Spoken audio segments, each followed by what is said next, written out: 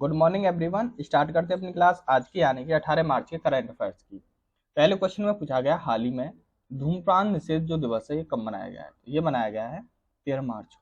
13 मार्च को धूम्रपान निषेध दिवस जो है ये मनाया जाता है। ये विश्व भर में धूम्रपान जो है वो हानिकारक जो प्रभाव है उसके बारे में जागरूकता बढ़ाने और लोगों को धूम्रपान छोड़ने के लिए प्रेरित करने के लिए ये दिवस जो है मनाया जाता है, जिसे बोलते हैं हम धूम्रपान निषेध दिवस। चलिए अब जानते हैं मार्च में और कौन कौन से दिवस मनाए गए थे, उनका रिवीजन करते हैं। तो 1 मार्च को मनाया गया था शून्य भेदभाव दिवस और विश्व नागरिक सुरक्षा दिवस। विश्व नागरिक सुरक्षा दिवस मनाया गया था 1 मार्च को।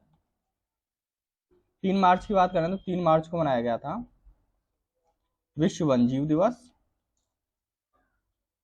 और विश्व श्रवण दिवस। ये मनाए गए थे 3 मार्च को। 4 मार्च की बात करें 4 मार्च को मनाया गया था राष्ट्रीय सुरक्षा दिवस। ये मनाया गया था 4 मार्च को। 6 मार्च की बात करें 6 मार्च को मनाया गया घाना स्वतंत्रता दिवस। घाना देश का जो स्वतंत्रता दिवस है ये 6 मार्च को मनाया जाता है। 7 मार्च की बात करें तो 7 मार्च को मनाया गया था जन औषधि दिवस।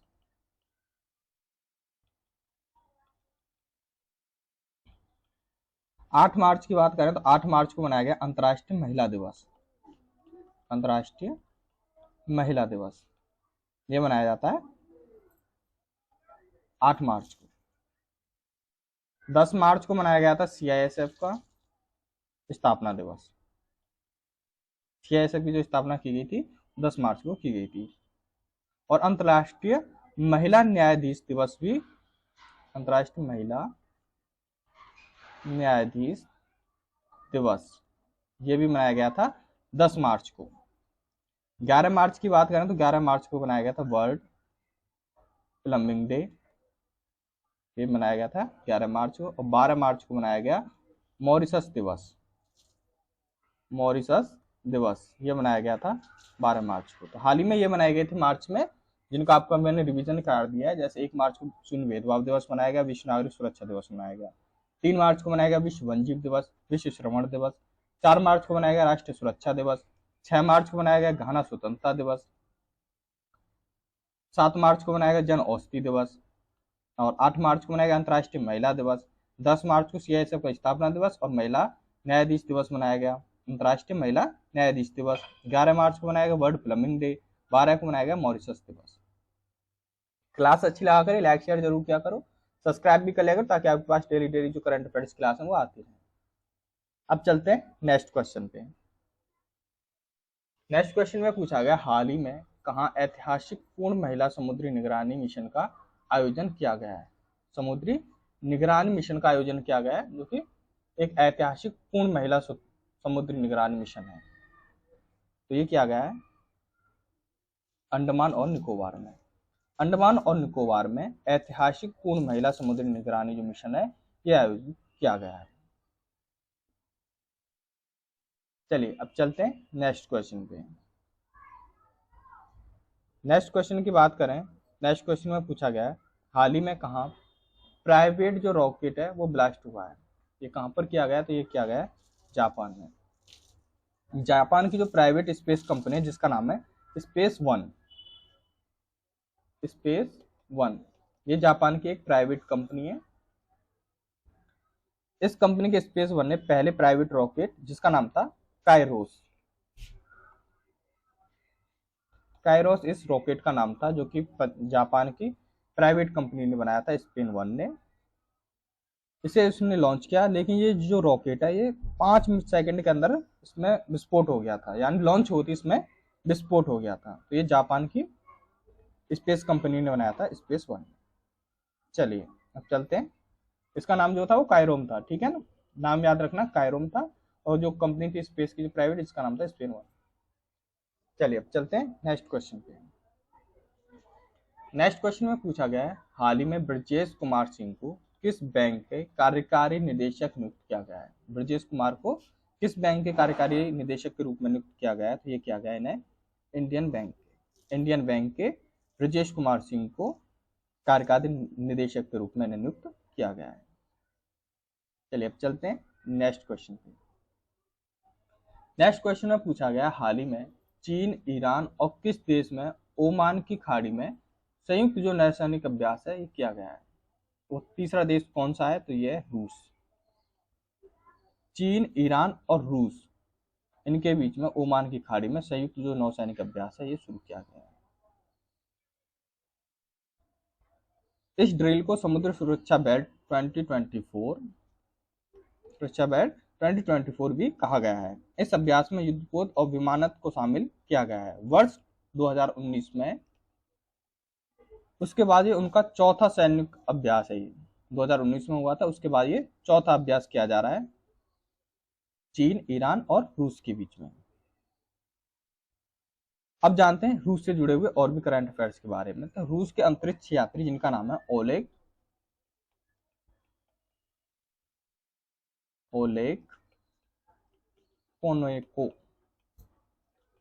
कोनेको जो है ये रूस के अंतरिक्ष यात्री हैं जिन्होंने 878 दिन, लगभग 2.5 साल से अधिक का जो समय वो अंतरिक्ष में रहने के साथ अंतरिक्ष में सबसे अधिक समय बिताने का नया विश्व रिकॉर्ड जो है वो इनके नाम हुआ है, जिनका नाम है ओलेग कोनेको, जो कि एक रूस के यात्री हैं। नेक्स्ट की बात करें तो रूस ने 2024 में ब्रिक्स की अध्यक्षता संभाली थी। अगर पूछ लिया जाता है 2024 की ब्रिक्स की अध्यक्षता किसने संभाली थी, तो वो रूस ने संभाली थी। नेक्स्ट की बात करें, भारत जो है वो रूस से S-400 जो मिसाइल जिनका नाम है स्क्वाडून जो है ये खरीदी है भारत ने रूस से, S-400 मिसाइल। ठीक है, चलिए अब चलते हैं नेक्स्ट क्वेश्चन पे। नेक्स्ट क्वेश्चन में पूछा गया हाल ही में भारत के पहली automobile implant railway siding project का जो उद्घाटन है वो किस राज्य में किया गया है। ये किया गया है गुजरात राज्य में पहली automobile implant railway siding project का जो उद्घाटन वो किया गया है, जो किया गया था प्रधान नरेंद्र मोदी जी द्वारा, हमारे पीएम के द्वारा इसका उद्घाटन किया गया था 14 मार्च को सुजुकी जो मोटर्स है उसकी गुजरात की मैन्युफैक्चरिंग फैसिलिटी में भारत की पहली automobile in plant railway siding का उद्घाटन किया गया, जिसमें से एसएमजी में नई इन प्लांट साइडिंग का उद्देश्य, जो इसका मेन उद्देश्य था वो था लॉजिस्टिक्स में कार्बन जो फुटप्रिंट है उनको कम करना है, जिससे जो जीवाश्म ईंधन है उनकी खपत कम होगी और सड़क की जो भीड़ है वो भी कम हो जाएगी। और भी जानते हैं गुजरात से जुड़े हुए और भी करंट अफेयर्स के बारे में। जो राजकोट का स्टेडियम है गुजरात में, इसका नाम जो है वो निरंजन शाह के नाम पर रखा गया है। निरंजन शाह, इनके नाम पर रखा गया है राजकोट स्टेडियम का नाम। ठीक है, नेक्स्ट की बात करें, गुजरात का फल जिसका नाम है कच्ची खरेक, इसे जीआई टैग दिया गया है, यानी ये भौगोलिक संकेत दिया गया है जिसे हम बोलते हैं जीआई टैग।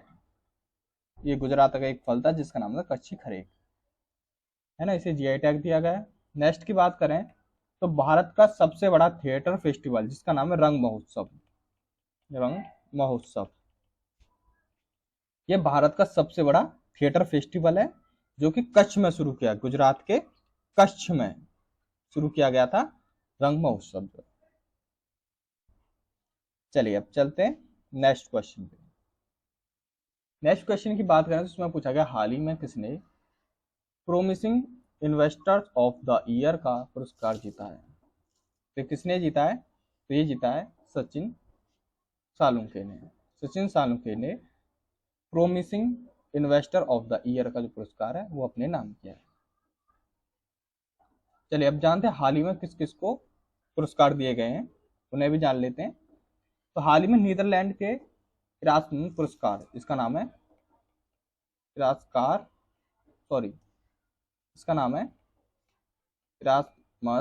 पुरस्कार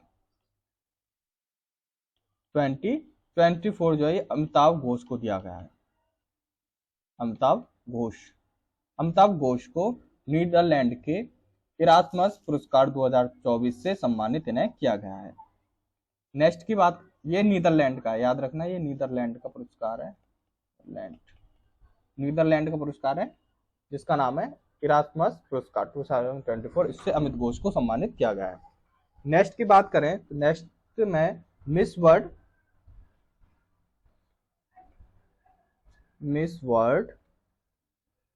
ह्यूमैनिटेरियन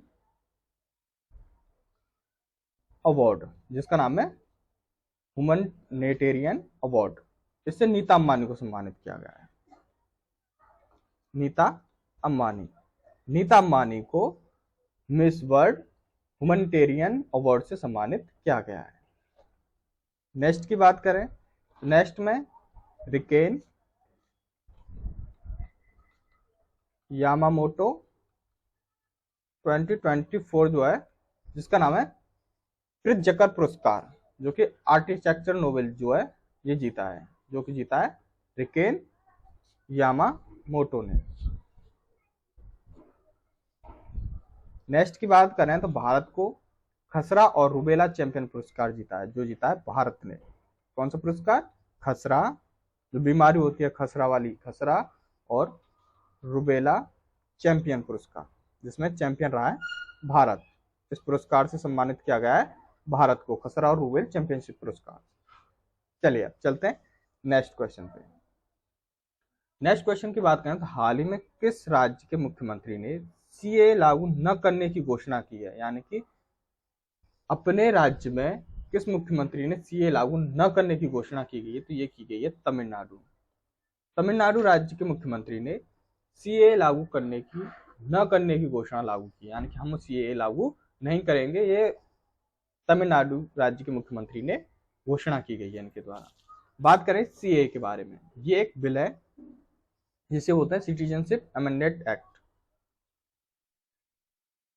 ये केंद्र सरकार द्वारा नागरिक संशोधन कानून यानी सीए को लागू करने का नोटिफिकेशन जो है 11 मार्च को जारी किया गया था।